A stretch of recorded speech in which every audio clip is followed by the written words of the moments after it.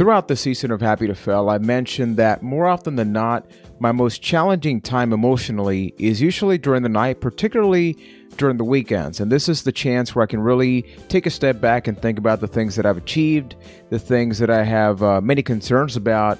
And recently, during the past couple of weeks, I've had a bit of a trouble sleeping, and it's because sometimes I'll go on social media and then I'll see all these things that continue to happen that we brought up in previous podcast episodes about people not listening to each other, right? We are reacting back and forth, but not really looking each other in the eye and understanding that between all the differences, we have a chance to connect. And Anaconda and myself, we've actually talked about the topic of social media, even going back to our conversation about suicide episode.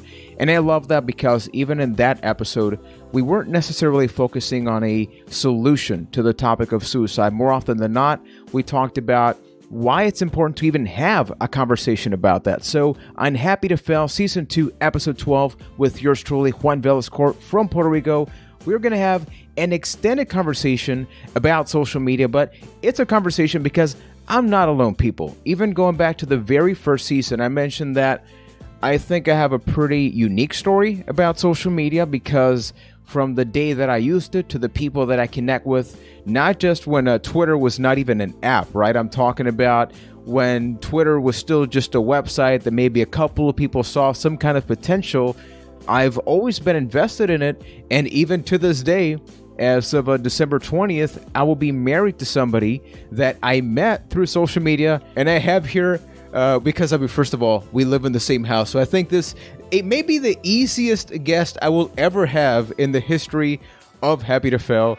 I have here my lovely wife, Nicole Tirado. So Nicole, welcome. This is weird, right? Welcome to Happy to Fail. Hi. It is weird, but hello, and I'm happy to be here. Usually, you and I, especially in the past, I want to say 3 to 4 years, we've had a lot of conversations, especially at night, about the use of social media because we loved using it, but now we have a lot of concerns, and I found not just myself, but you as well, also using social media, maybe from like a visual standpoint, so you're seeing what people are putting out, but you're not necessarily putting yourself out there as much as before. Why would you say that is? It's interesting because I've always been invested in technology and social media in general, or what it became, because 10 years ago it was completely different than what we're seeing now. And me being in the technology field, I've seen a behind the scenes view of how it has transformed. Something I have mentioned throughout the years, and I've mentioned it to you and to friends, is that social media is and will be our downfall. And that's part of the reason, I can go into it a little bit more, but that's part of the reason I took a step back and I'm more of a viewer now than a poster. I think the reason that I was inspired by this episode is I think it's a couple of days ago, as we were having dinner, I told you, I don't know if we would have met each other in today's social media because we met each other, it was 2009, right? 2009? Yeah. Yeah, and long story short, I mentioned this a little bit on the first season, but I have the person that I'm talking about with me now, right? In Puerto Rico, we were such a small group that we were even referred to as Twitter Ricans, as in, oh my goodness, there's actually people using this thing called Twitter, and they send these things called tweets. And you were sending a couple of tweets about wanting to play a couple of video games. Long story short, we developed a pretty healthy friendship where we would talk over on Skype and all of that.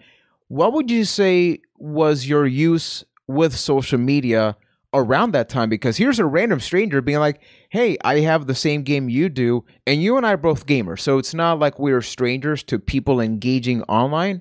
But I feel like with something like Twitter, it was a little bit more personal then.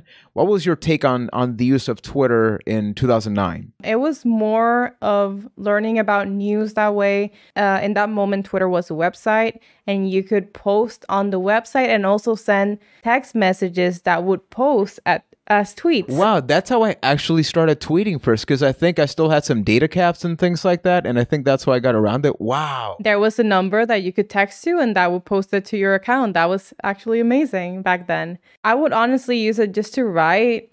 Honestly, I didn't think anyone would read it, but if I was playing a video game, I would post about it and maybe my thoughts on it. If I watched a movie or a TV series, I would say, I'm watching this and I think it's good. This is episode 1. And I never thought anyone would read them. So I was pleasantly surprised when Juan reached out to me saying he had the same video game that I had, and we started playing together. I even think about Facebook, where Facebook back in the day would always ask you, what are you doing, right? Usually that was more or less the question. But Twitter did that too. Like they had like a prompt that you had to follow, like what are you thinking? What are your thoughts? And that's how it would happen. And remember, Facebook back then, you had to have university or school email to actually create an account. And then it was like open to the public. And MySpace was the thing back then too. This is why I'm happy you're in this episode, because if you thought I remembered any of that, I clearly do not. When I got Twitter, my intention wasn't, I want to get 50,000 followers. I want to get, 25 shares on this tweet, or I want this video on Facebook to go viral. I really do think it was about the connection. When I met you and a lot of other people that I still connect with to this day, I feel like I wasn't connecting with Glam Baby, right? Which was your first... My God. I don't think Nicole wanted me to say the first Twitter handle, but I didn't just want to connect with Glam Baby. I wanted to connect with the person behind the nickname. A lot of people become the character. In wrestling, the biggest example is like Hulk Hogan, right? Hulk Hogan, that's not his real name. His real name is Terry Bollea, but people know him as the Hulkster, Hulkamania, and they assume that that is who he is when he's walking down the street. Maybe I tweet this picture where I'm smiling. That doesn't mean I'm smiling 24/7. And I think sometimes people take this snapshot of what somebody shares and assumes the other person's whole life. I've seen like a whole lot of gossip happen because of that, right? Like, oh my goodness, here's you sharing like your life. You have it so good. It's like, no, what if that person's just having a good day and they just felt like tweeting a picture of them drinking a pina colada? But there's like this raging war that, at least in my case, it's begged the question that, look, I have a podcast, so I got to tweet about it. Social media is not just social. It's become kind of like a mandatory part of life. I'm not saying that I like it, but would you agree that social media is no longer social? It's more so like a social commitment or social requirement? I think it's so integrated into our lives now that it's second nature to us to expect or even have the impulse to post something. And there's something that I read a few years ago, and that was my perception back then of social media. Social media is a snapshot of your happy times, of the positives that you want to display to other people. But now with marketing tools and everything else, it's become this whole phenomenon of I'm posting something, and if I'm an influencer, I don't like saying that word, but you see a lot of people on Instagram and other social media platforms that post something, and it's because they're being sponsored. A company is paying them to showcase a product, and other people will buy it, but they're buying into the fact that another person was paid so they could promote that product. So it's not a real thing. That doesn't necessarily mean that the person that posted that is using the product. The terms of being genuine in social media, I think, has been lost a lot. And it's just hard. Like, I don't know how to explain it. It's become something else that what I was accustomed to. And the thing is, I think it's harder for us because we saw social media develop from the beginning. So many people are influenced not by what they actually like, but what they perceive others will want to hear from them. If you follow me, I want you to think. I want you to think about this. So, what's the show on Netflix? Was it that we were watching the social one? The Circle. The Circle, right? People.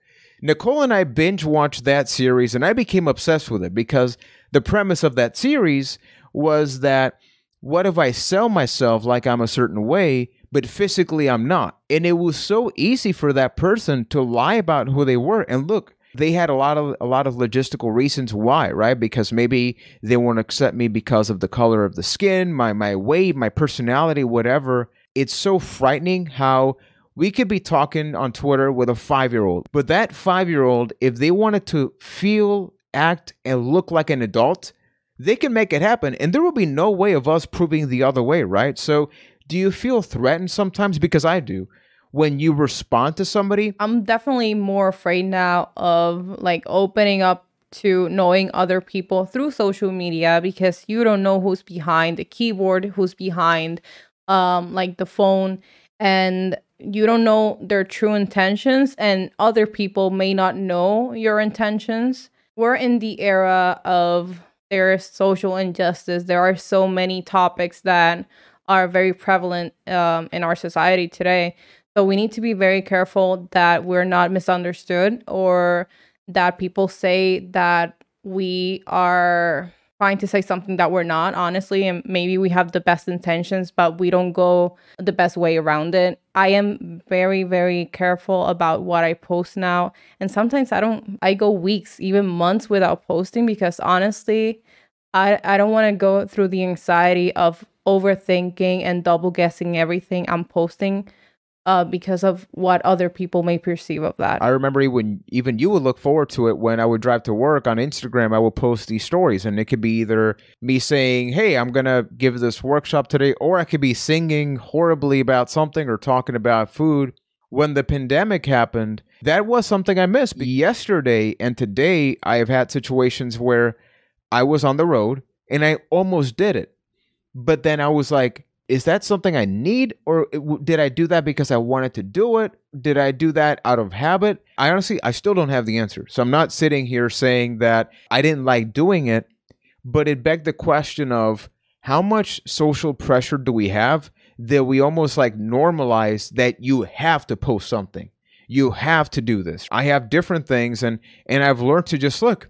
I'm just not going to tweet because I got to tweet at least once a day. If I go 5 days without tweeting, that's fine. Going even deeper into it, the fact that Nicole and I met online meant that we made a lot of friends online, and then we started to, I don't want to say work, but collaborate online, where it wasn't just Nicole, it was Nicole Jane, it wasn't just Juan, it was player Juan, and we would do a lot of these different things online. So could you give us a quick summary of what Press Pause was, so then that way I can fill in a couple of blanks? What was Press Pause, and what did you like about that? Press Pause was initially a website that we were collaborating on about gaming, and then it transformed into us live streaming video games on the Twitch platform for a few years. We would stream together, or we would do a schedule where Juan would stream Mondays and Wednesdays, and I would stream Tuesdays and Thursdays, and then maybe we would stream together a few days. At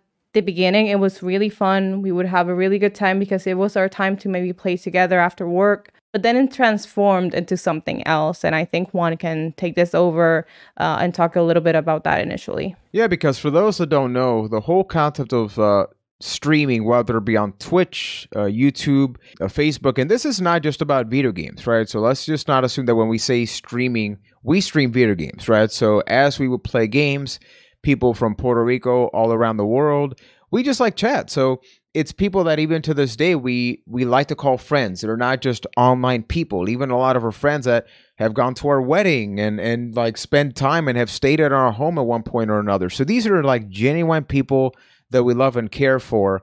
I've seen so many relationships break up online because they're afraid to have these conversations. And I'm thankful that as uncomfortable as it got for us for a while, we are still here. And I know that you and me speaking about this as a couple, that we've known each other for a decade, but then we've been married for almost 6 years at this point. I think this can be healing for somebody, or somebody that may have a friend or a family member that's going through it. Because how many kids nowadays are saying, I want to grow up to be a streamer, to be a YouTuber, to be an influencer? So those listening, do not brush off this topic because we haven't even begun. And when I say we, I'm not saying Nicole and me. We are old in this context of streaming now, right? We have a whole new wave.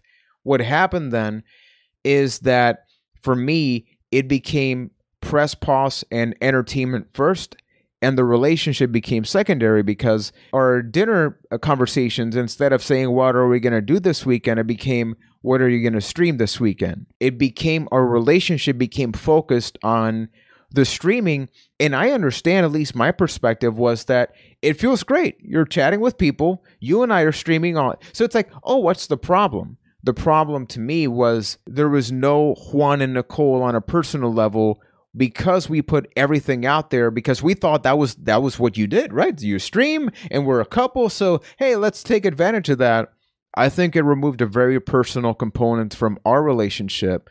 What was your take on that? The whole thing consumed our relationship and it consumed our lives to the point where the only interaction we were having was through streaming and through the platform we built. It was tough because we didn't notice it at first, but then it became to a point where like our dinners would only last 30 minutes because we had to get ready for a stream. We had a really tough conversation one day where we were arguing, honestly, and then we kind of stopped for a minute and said, like, is this what press pause, or is this what the platform is doing to us? Like, is this worth it? We've known each other before that, and we've been in a relationship, and we're now married. We needed to stop doing the platform for a while until we figured out what we needed to do and grow into married life like we were supposed to, because we weren't spending any time together besides press pause, because we were working during the day, and then we would stream, and then we would be tired and we would go to bed and rinse and repeat every day. As you mentioned earlier in the episode, we grew up with social media before it existed, right?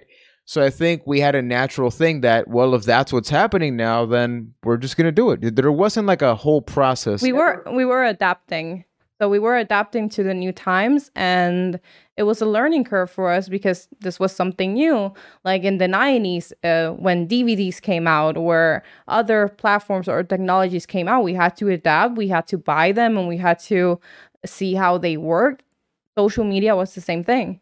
And the thing is, now it's all digital, and now it's very transformative because it changes every single day. I'm thankful we're having this conversation because I'm like, what is this, right? I feel like social media stopped existing like 5 years ago, and we replaced it with online identities. We stopped interacting online. Because even the word engaging has this a marketing influence behind it, right? We stopped chatting with each other online. We've gone all the way back from the days of AIM, MSN, Yahoo, ICQ, all of that, where the goal was, hey, what's up? You want to grab a bite to eat? Well, how was your week? That was it. Now, so much of my feed is people only publishing their content. And look, I'm going to be transparent. I'm part of that conversation. I'm not going to be a hypocrite and call other people out.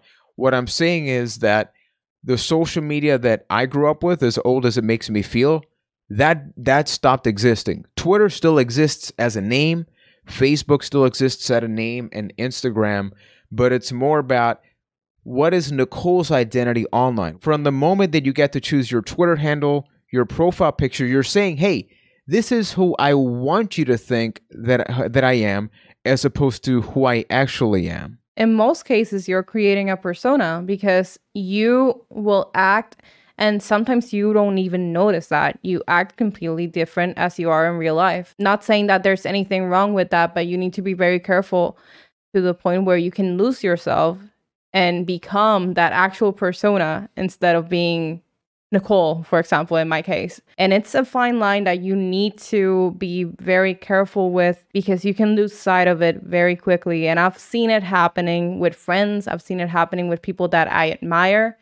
And it's hard to see it happening. This is all about mental health, people. I mean, that's the whole purpose of Happy to Fail. Unfortunately for me, and I've said this, with Anna when we talked about suicide and other discussions that we've had, I don't think social media, for a large part of many things, is not beneficial to, and this is my opinion, right? Please don't take this as a fact. Don't say, I'm not backing this up with any data. I'm backing it with my emotions, because as somebody that I like to think I have a pretty high self-esteem, I'm emotionally feeling pretty good. I go to social media and I feel like it's when you pull out this old vacuum cleaner that hasn't been cleaned for 10 years. And when you turn it on, it just makes this rickety noise and it just ruins your day. That's what I feel when I go to Facebook, when I go to Instagram, when I go to Twitter. What would you say is your favorite thing about social media nowadays? Not back then. What is your favorite thing about using social media on December 2020? Honestly, there are not a lot of good things I can say about social media other than the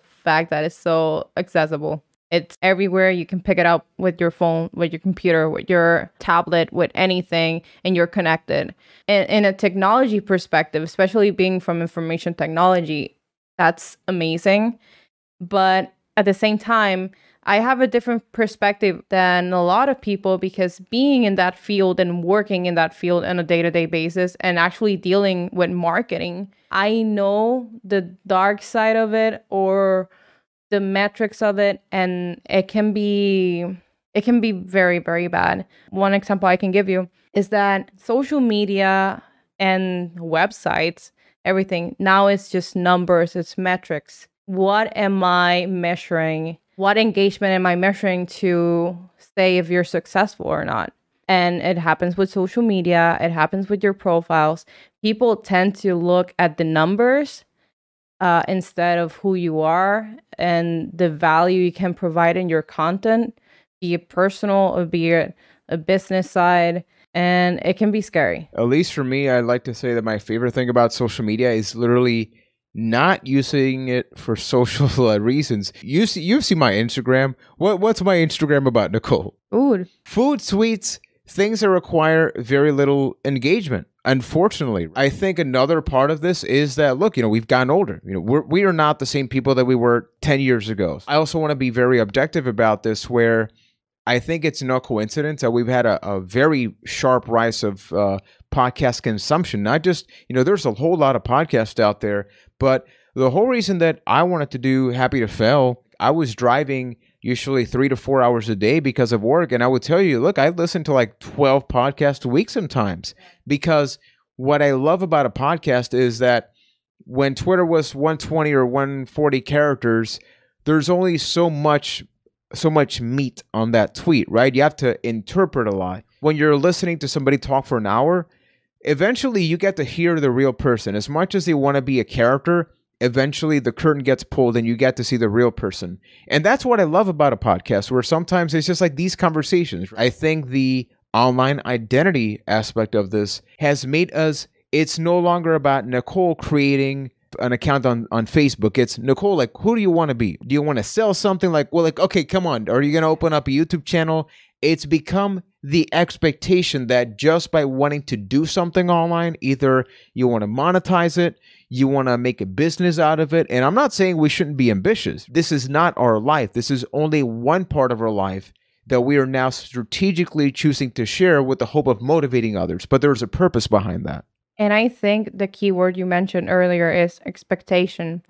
Social media, and don't get me wrong, maybe I'm being a little bit negative, but there are good things about social media. Like now, when I log into social media, I like seeing animal videos, like feel good stories that like take me to my core and make me feel happy. But I've had many bad experiences where my mental health has been severely affected by what I'm seeing on social media, by people things are writing, and not even related to me in most cases.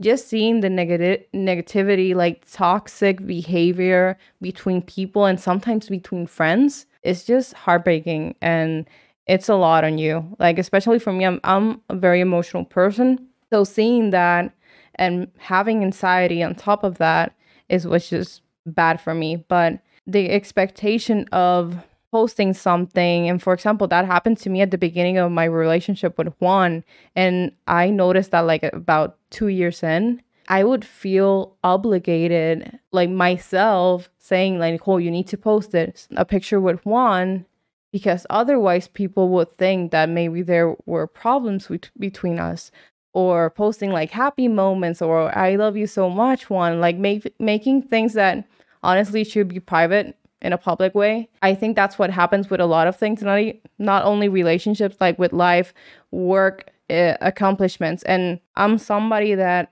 I will always applaud you for your accomplishments and will always be happy for you. And that even is an issue with people, because a lot of people can't be happy about other people's success, if you know what I mean. And you will see that every day in all aspects of life. Social media, gaming, work, everything. And I don't understand why, honestly. So many people create online accounts to not just express themselves, but express how they are frustrated with anything, whether it be a movie.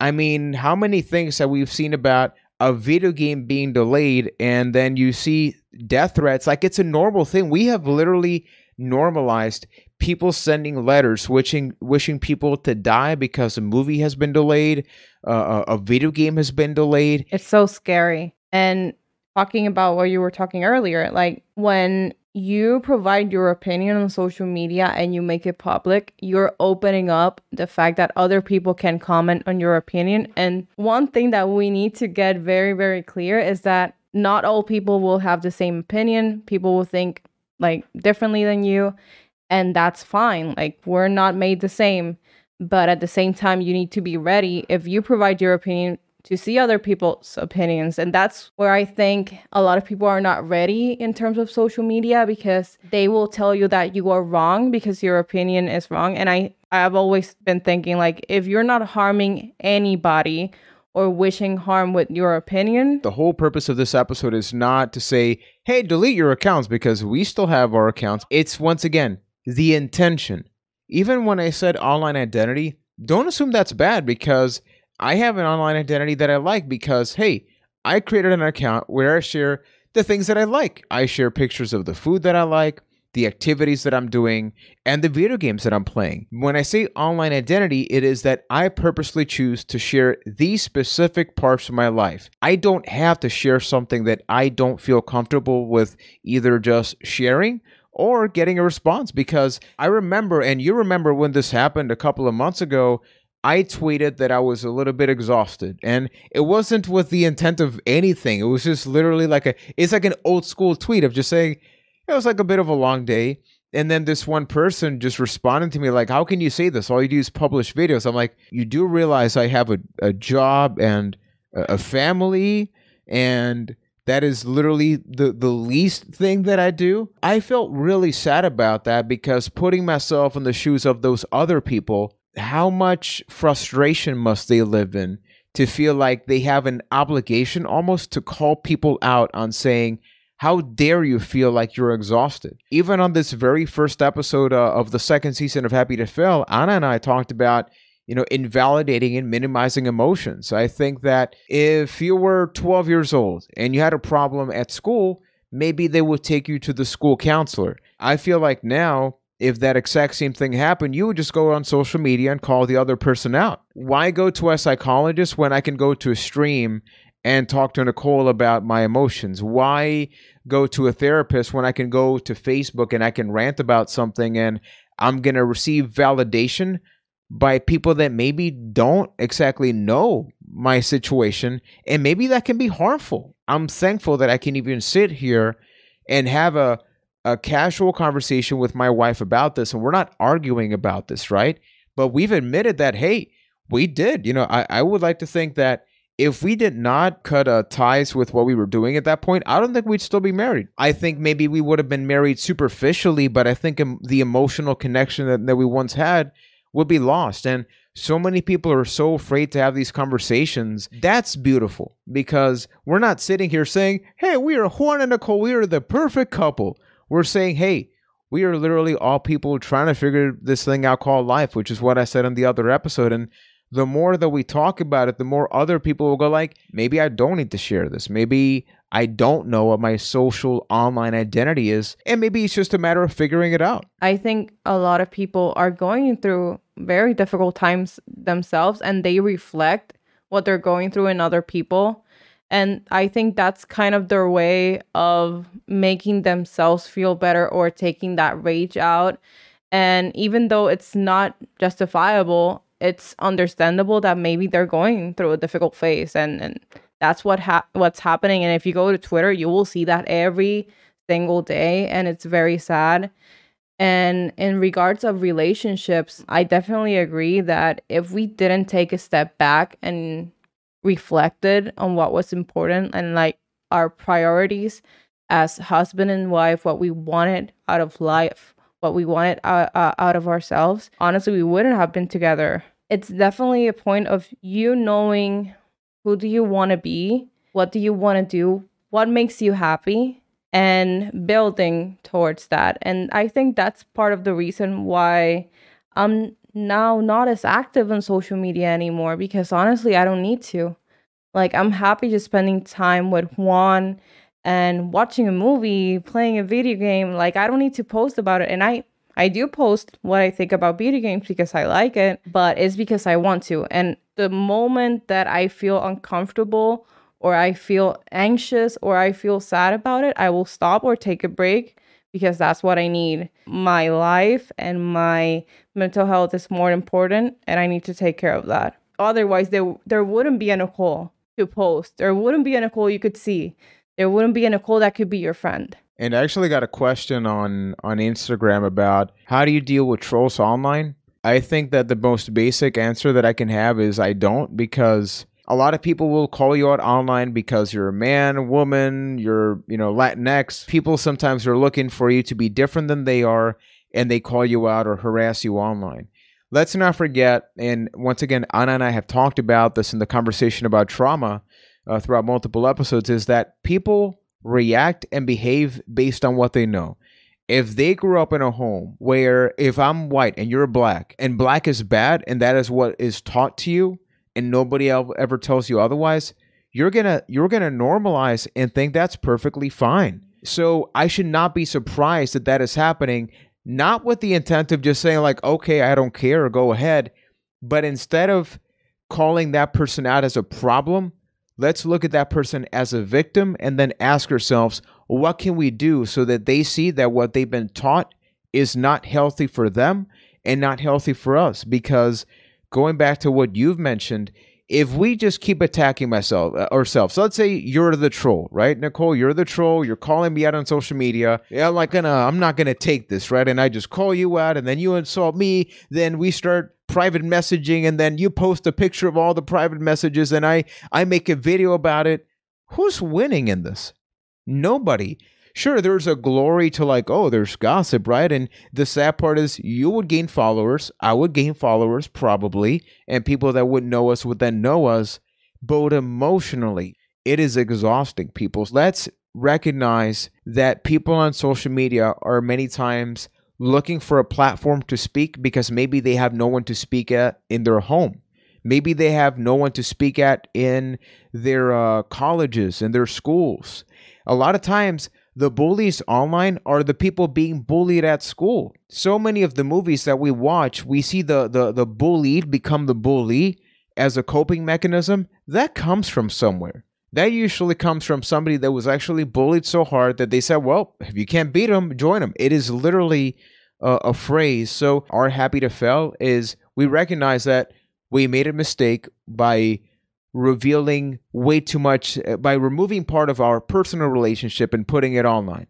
But we recognize that, and here we are today with a home, with cats, with everything, right? What would be your invitation for somebody else to just think about something, not to make a decision, but maybe a question or food for thought? I would say think about what you need as a person, what fulfills you. There are many things that can fulfill you in life, and work towards that. And I know this is like a very personal issue, and sometimes like family influences you in other decisions and friends and other aspects of your life, but work towards making you feel like the best version of yourself as you can and ignore the white noise.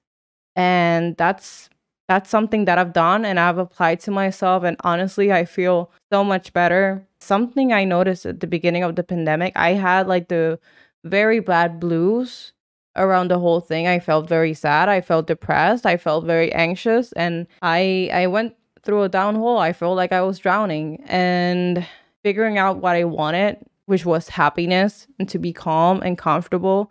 Like, I'm 31 years old now.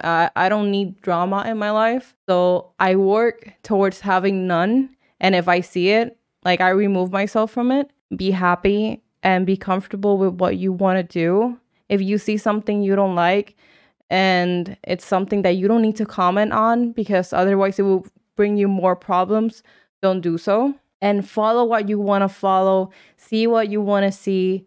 Don't care what other people think. I know sometimes it's harder. I'm saying it now, but sometimes it's hard to apply it to yourself.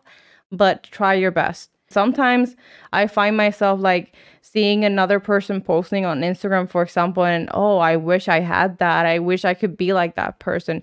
You will find yourself comparing with success, comparing with material worth. But if you're happy and content with what you have, don't compare yourself to others, because honestly, what you're seeing on a picture is not a true story behind it. Sometimes you follow a travel blogger and you see all the beautiful pictures and you say, wow, they have a lot of money because they're traveling all the time.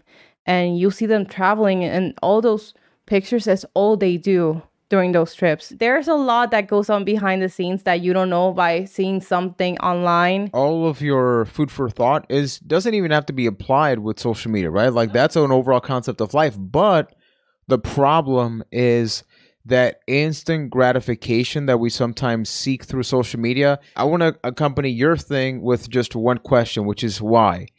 You post a picture and you're upset that it only got 10 likes. Why?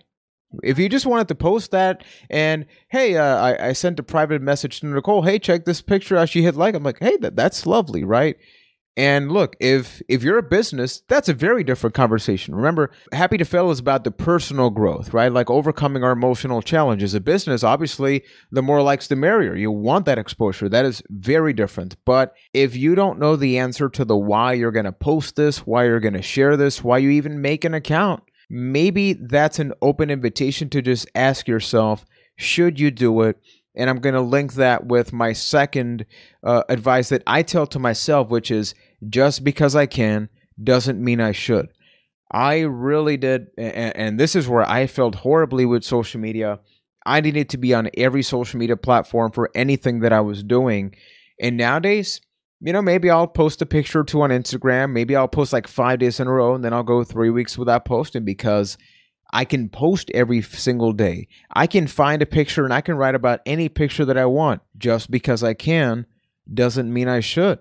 If I just want to live my personal life, that's fine. And I think even as we say this out loud, we're really saying it to ourselves as well, which is, look, there's always going to be that social pressure. We get consumed and sometimes we don't even want to. But it's inevitable. Like we get so consumed with what we're seeing on our phones, with what we're seeing on Twitter, Facebook, whatever, that it becomes our life. And you forget about the people who matter, what you need to do in your home, what you need to do with school, with work, with everything. And hopefully for somebody listening, this is helpful in any way. Obviously, if there's anything that you would be curious to listen to us talk about regarding this topic of social media, because I don't see a lot of couples talking about this. And look, there are some people out there that have massive success as a couple online, as personality. So we are in no way saying that because Juan and Nicole are saying this, that doesn't mean you shouldn't work together. Every relationship, every person is individual. You can't, like I've read a lot of self-help books, but I don't take every single chapter and say, oh, every single chapter works for me. I take the things that I know I can apply to my life, and the ones that I can't, that's fine. I read it and I was able to learn more about myself that maybe is not a right match for you or for me. Like this is our take on what happened to us as a couple and what happened to us as individuals. Like we found that having our own individuality was very important, and respect one space and him respect mine. That doesn't necessarily have to be your case. Maybe you have a relationship and you're doing things and having a platform and it's going great, and that's amazing. You won't necessarily agree with us, but we're just mentioning what worked for us, what happened, what we think about social media. And that's part of the conversation. We can have different points of view. And I would like to know like what you think about it. If that's something that you're interested in, you can reach out to us and talk to us. Like we're open to having that conversation, because I think we need to talk about everything relating to the digital world and social awareness, because with mental health, it's very important to be grounded and knowing your place. So people will have different opinions, and I would love to know yours. Absolutely. And please don't hesitate to reach out. On Twitter, I am Juan Velez Court. We also do have Facebook.com/happy2fail. and the email juan@happytofail.com. If people want to reach out to you specifically, Nicole, how could they go about doing that? You can reach me via Twitter. It's _NicoleJ. And I'm also on Twitch, but honestly, you can find all my social media accounts via Twitter. They will be in the bio. Feel free to reach out to me. I'm always open to having a conversation. And if you have cat videos or dog videos or food videos, you can send them to me and I will always appreciate those. If this is in any way beneficial, people, please support the podcast by dropping that 5-star review. It really is helpful. We've had over 2,000 listens, and this is because of all of you, right? I just recorded these episodes, whether it be by myself, with Anna, with Nicole. This is a conversation, and it's going to keep happening like that. We have about 2 to 3 more remaining episodes for this season. After that, I'll be taking a pretty decent break to figure out what the purpose of the next season was, because even in this current landscape, right? When I started this season, the world literally changed as it kept happening, and it made me have to figure out who I am in those changes, right? So if there's anything that you think has been left over, or you would like us to extend any of the conversations, please let us know. One of the upcoming episodes is actually going to be one with possibly Anna, where we literally just take a look back at the different topics, why we talked about certain topics, why we didn't talk about certain topics, what we purposely left off the table. In hindsight, things we would change, because this is once again a conversation. So thank you so much, everybody, for taking care of yourself. Warm hugs, and we'll be back with another episode of Happy to Fail. Take care.